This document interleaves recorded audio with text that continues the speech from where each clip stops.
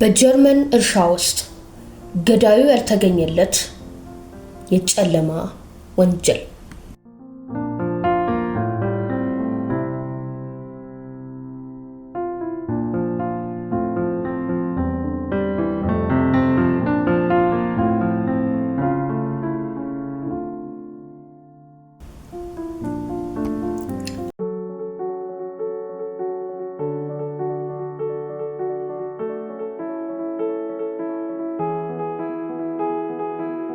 በቫሪያ ጀርመን መጋቢት 1922 ዓመተ ምህረት ሂንተርካይፈክ የሚባለው ይህ እርሻ ከጎረቤቶች የራቀ በጫካ ጸጥታ የተሸፈነ ስፍራ ነበር።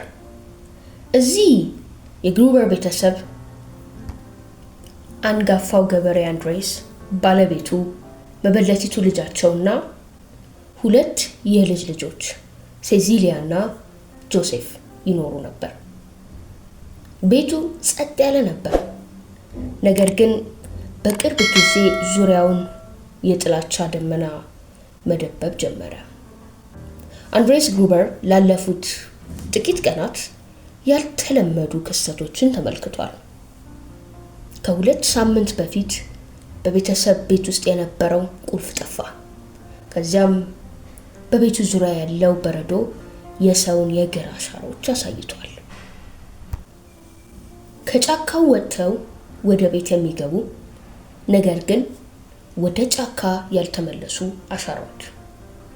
አንድ ሰው በቤት ውስጥ እየኖረ ነው ማለት ነው። አንድሬስ ማንንም አላየም። ከሰገነት ላይ የሰዎች እርምጃ ድምፅ ይሰማል። የቤተሰቡ አባላት ድምፁን ሰምተዋል። ነገር ግን አንድሬስ ይህ የልብ ምቱ እንደሆነ በማሰብ ችላ አለ። በመጨረሻም አዲስ የተቀጠረችው ሰራተኛ ከመምጣቷ ጥቂት ቀናት በፊት አንድሬስ በቤት ውስጥ ከዚህ በፊት የማያውቀው የጋዜጣ ቁራጭ አገኘ። ይህ ካሁን በኋላ የአንድሬስ የማሰብ ችሎታን አቅም በላይ የሆነ የፍርሃት ምልክት ነበር። አደጋው ቅርብ ነበር፣ ነገር ግን ማንም አላየው። ያች ጋዜጣ፣ ያ አሻራ፣ ያ ቁልፍ ገዳዩ በግልጽ አስቀድሞ በቤተሰቡ ሕይወት ውስጥ ነበር። የመጨረሻው የሰላም ቀን መጋቢት 31 1922 ዓመተ ምህረት ነበር። የዓለም የስነ ልቦና ታሪክ እጅግ ሚስጥራዊ የሆነው የጅምላ ግድያ ሊፈጸም 2 ሰዓታት ቀርተውታል። ሌሊቱ እንደ በረዶ ቀዝቃዛ ነበር። በቤት ውስጥ ያሉት 3 አዋቂዎች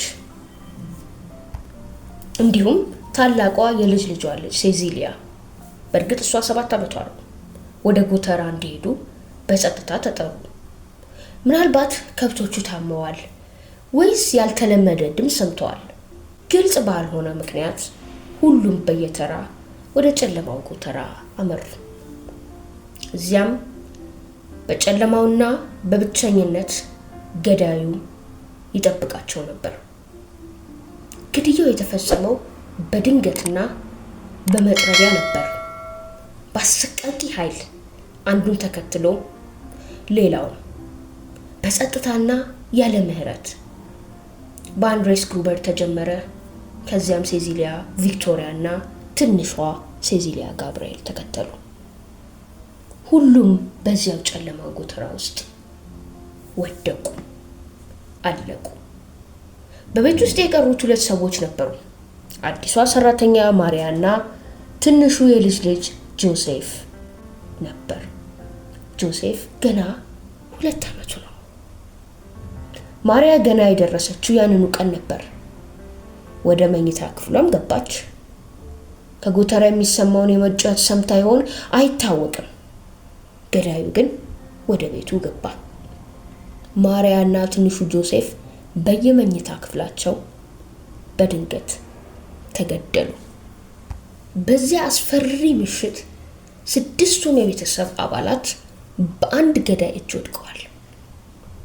ጨካኝ፣ ምስጢራዊና ባልታወቀ ምክንያት የተፈጸመ የቤተሰብ ጭፍጨፋ። ግድያው ውስጥ ተፈጸመ። ነገር ግን አስፈሪው ነገር ገና አልተጠናቀቀም።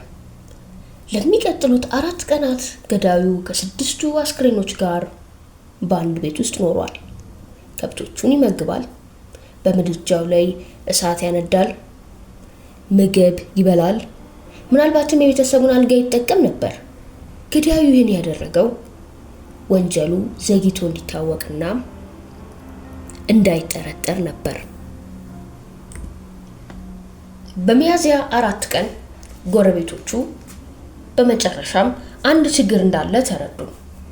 ከቤት የሚወጣው ጭስ ቢኖርም ከቤተሰቡ አባላት አንዳቸውም እንኳን በከተማ ውስጥ አይታዩም ነበር። ትንሿ ሴዚሊያም ትምህርት ቤት ቀረች። ፖስታም ደርሶ ሳይወሰድ ቀረ። የሎሬንዝን የሚመራው ቡድን ወደ እርሻው ሄደ። በመጀመሪያ የጎተራው በር ተከፈተ። በዚያም የአሰቃቂው ጭፍጨፋ ትዕይንት ግልጥ ብሎ ታየ። 4 የቤተሰብ አባላት በድንጋይ ጎተራ ወለል ላይ ደም ለብሰው ተኝተዋል። ከዚያም ወደ ቤቱ ገቡ። ሰራተኛይቱ ማሪያና ትንሹ ጆሴፍም በመኝታ ክፍሎቻቸው ውስጥ ሞተው ተገኙ። የፖሊስ ምርመራው ወዲያውኑ ተጀመረ።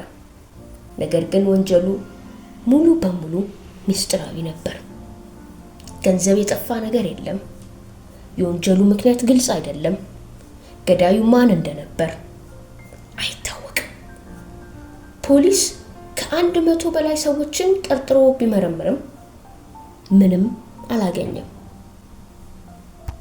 ሂንተርካይፈክ የጀርመንን የፍትህ አካል ያሸነፈ የማይታወቅ ጨለማ ታሪክ ሆነ። የሂንተርካይፈክ ሚስጥር ለዘላለም ተጠብቆ ቆይቷል።